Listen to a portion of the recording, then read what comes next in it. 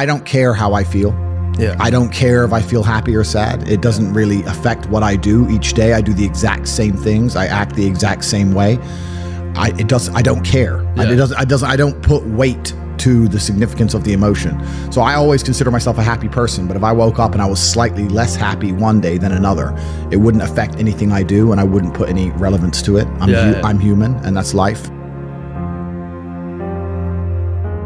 But truthfully, it doesn't matter if it's getting a girl or it's making money or it's getting status. It doesn't matter what it is. As a man, we live in hyper-competitive environments. I don't think enough men understand how competitive the world is. If you want a girl, you're competing against other men. You're not the only man who had the idea of getting that girl. There's no girl you're going to see and go, oh, I'll get that girl, and didn't cross anyone else's mind. Everybody else wants her. You have to outcompete other men. You have to be as competitive as possible.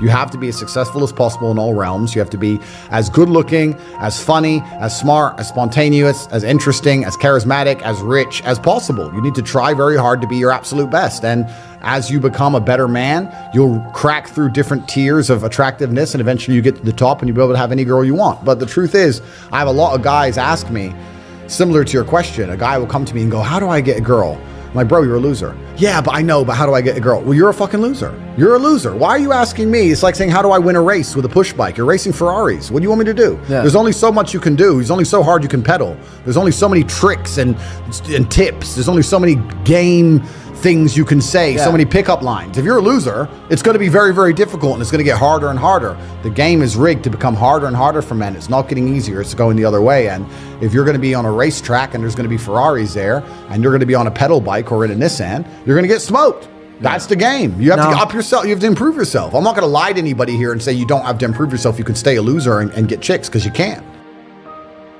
I don't understand how many humans function in the world today. I don't get people who don't think like me. I don't understand it. I'm like, well, then how have you survived this long? Life is hard. Life is difficult. Maybe I've just been unlucky, which I don't believe in, but I've had so much trauma and bad events and negativity and stress and all these things that have happened to me, and I've used all of it to be monumentally successful. If I wasn't that way inclined, with the workload that God put on my shoulders, I'd just be in a ditch somewhere. I just would have killed myself by now. Like, I don't understand how people are functioning. If you're not thinking like me and you're going through life with any other mindset, you've been extremely fortunate that God smiled on you and allowed you to sit around most of the time doing jack shit, and you have yet to be punished for that. I could never have lived that life. If I was a bit lazy or a bit, or I was a bit of a snake, or if I lied to people, I'd be dead by now. Like, so a lot of these people are just absolutely and utterly blessed by God that they managed to go through life with such a non-competitive mindset, and they still breathing. Like, I don't understand how people can think any other way. I've spoken to dudes and like, I had a bad couple months. Why? Oh, my girl left me. You've wasted months? You've wasted months over some. Like, you had think of how much God loves you to have given you the grace and given you the opportunity to waste months of human time over some chick. Like, talk about blessed head to toe. If I waste months, empires are going to collapse. I'm going to end up in a cell or dead if I waste months. I have things to do every single day. I can't waste a second. Like, these people are just absolutely infinitely blessed, and their mindset is a product of that, because they're spoiled children.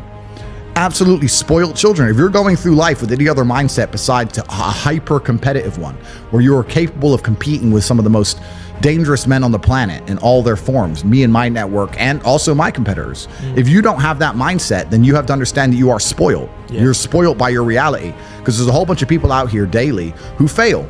There are men out here who fail daily, and they have yet to feel the true consequence for it. They fail to go to the gym when they know they should have gone to the gym.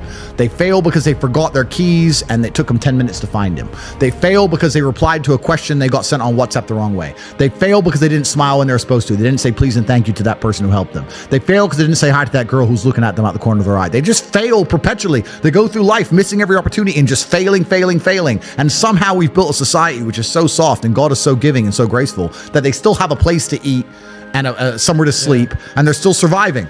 That shows how nice God is, because before this society, truthfully, if you were that level of failure, you would be dead. Survival of the fittest. It's survival of the fittest, and none of these men out here are fit. No. Their mindset isn't fit. Their reality isn't fit. They're failures. They're failures, and they're just failing every single day. And they go, oh, but tomorrow I'll go to the gym. You've been failing your whole life. That's all you've done is fail. And then you sit and wonder why people like me absolutely and utterly outcompete you. It is so easy to become a top tier male in the world today because the competition is so ridiculously low. There are 2% killers like me, and everybody else is amateur, head to toe amateur. They can't even pay attention to anything. They can't try anything. They're amateurs.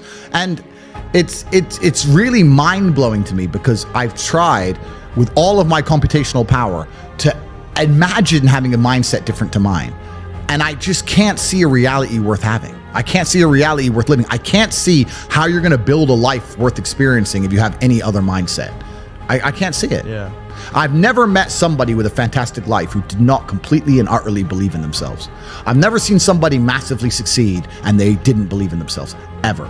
I've never seen somebody who just allows life to happen to them and become blown off course by some sadness, end up doing massively monumental and important things. I've never seen it. It's never happened. It does, and it's never going to happen. If I'm unhappy with something and I'm uncomfortable with something, I fix it. Yeah. That's endless motivation, which I don't truly believe in as a concept, but that's endless fuel for the fire. Right. If I was unhappy with something about myself, regardless of what it was, I would be able to take all of that discomfort and turn it into endless energy to get the problem fixed. Yeah, exactly. But these people seem to It's okay to be unhappy. Yeah, well, these people seem to sit and say, I'm really unhappy with X, but then stay doing X. So I don't believe they're truly actually unhappy. What you'll notice if you live life long enough is that somebody will sit and say to you, I'm unhappy being a loser. You say, why are you a loser? I just sit at home and play video games 7 days a week. And you're like, okay. And maybe 3 days of the week, they're unhappy doing that. Yeah. And that's the time they email you, and that's the time they want to make a change. But 4 days of the week, they don't really, it doesn't really bother them. Yeah, it doesn't really bother them. Because if it bothered them 7 days a week, guess what? They would fix it. Correct. Yeah. So I have very little sympathy for people. And that's not because I'm not a nice person, but it's because I've been so hard on myself and I've been through so many things that were difficult, and I've been through so much pain and trauma myself, some of it self-inflicted, some of it given to me by God to make me a better person. But I've been so difficult on myself. It's very hard for me to look at somebody who's refused to be difficult on themselves and see them as my equal or feel sympathy or pity for them. Why would I feel pity for somebody who took the easy route when I took the hardest possible route? Yeah. I took the hardest possible way to be the man I am, and you were too big of a and now you want me to feel sorry for you? I don't feel sorry for you. I don't feel sorry for these people. And because as a man, you can be anything you decide you want to be.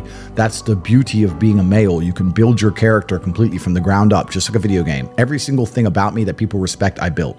I was not born a world champion kickboxer. I was not born this intelligent or intellectual. I was not born this rich. I was not born this strong. I was not born this confident. I was not born this interesting. I was not born this charismatic and humble and gorgeous and tall and strong and sexy. I was not born none of these things. I became these things myself. So I deserve all the spoils of war. And anybody who decides they don't want to work hard enough to become those things, then they deserve to sit and accept they're my inferior. Yeah. That's their problem. So you talk a lot about purpose. And what is your thoughts as to, do you have like an exact answer as to why we are created as humans and why we are here? Like, what is the purpose of life? Why have we been given life? I think we're here to struggle and to learn. I don't think we're here to be happy. That's why when we keep going back to the happy argument, I've always found that kind of frustrating and annoying. Yeah. And someone goes, oh, but I want to be happy. Why? Why? Why do you want to sit there and laugh? Like you were happy your entire childhood. That's your happy days. You're allowed to be happy as a kid. Finished. It's all over now, right? You're a man. You have responsibilities. I think we're here to do important. Provide, protect, and we're also here to do important things. And important things are going to be difficult, and they're going to be hard, and you're going to get frustrated. But that's what gives you purpose. I don't see anyone who's chasing happiness. I think that's a very feminine frame. I understand why some women just want to be happy. I don't know how it feels to be a girl because I'm not one. But in my experience, I know women who just want to be happy. Yeah. Girls just want to have fun. Fine. But you're a man, right? And if you're a man, then it's absolutely an utterly different experience of life. I think we're here to struggle. I think we're here to endure pain. Yeah. I think we're here to just see how hard we are to kill. I think that going through terrible things and living through them and coming out the other side is one of the most fantastic things about being human. I think that it's almost like once you understand what life is really about, there's no emotion which isn't enjoyable. The only emotional state which can be seen as detrimental is feeling nothing at all. But if you're sitting at home and you're feeling truly heartbroken, at least you're feeling something, right? And I think that's the whole part of being human. I think we're here to struggle. I think we're here to go through pain. That's so I wake up each day and go, what can I attack? What problem can I solve? And look at history. Why did Genghis Khan wake up and want to conquer the whole world? Why did Napoleon conquer the world? Why did Alexander the Great conquer the world? You just wake up and just say, give me this, give me that. I want all of it. I need to, there's an army there. They're really big. We're better. It's intrinsic. Yeah. You need to go and conquer. That's the purpose of life.